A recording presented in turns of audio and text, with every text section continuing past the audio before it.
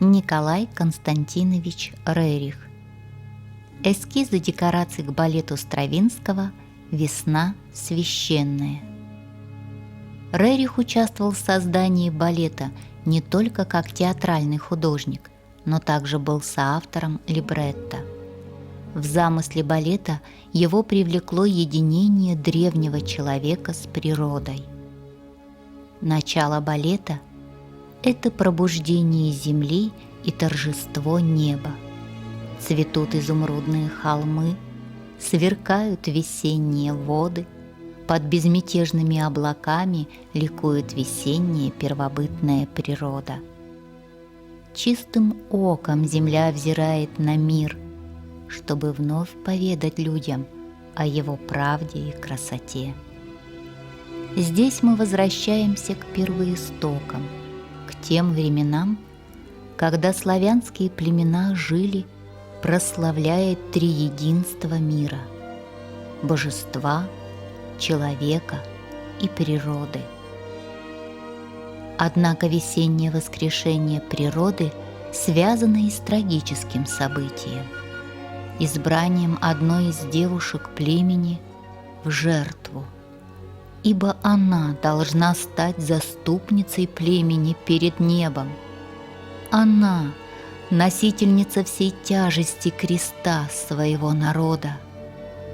Нечто страшное и неподвластное людям мы видим в этом обряде жертвоприношения самой лучшей из соплеменниц.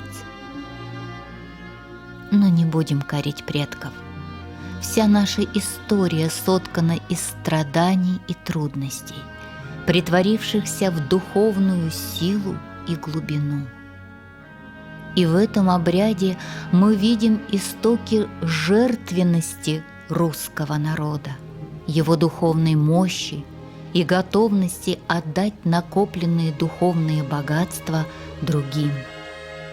Тайна души России идет с этих и еще более отдаленных времен.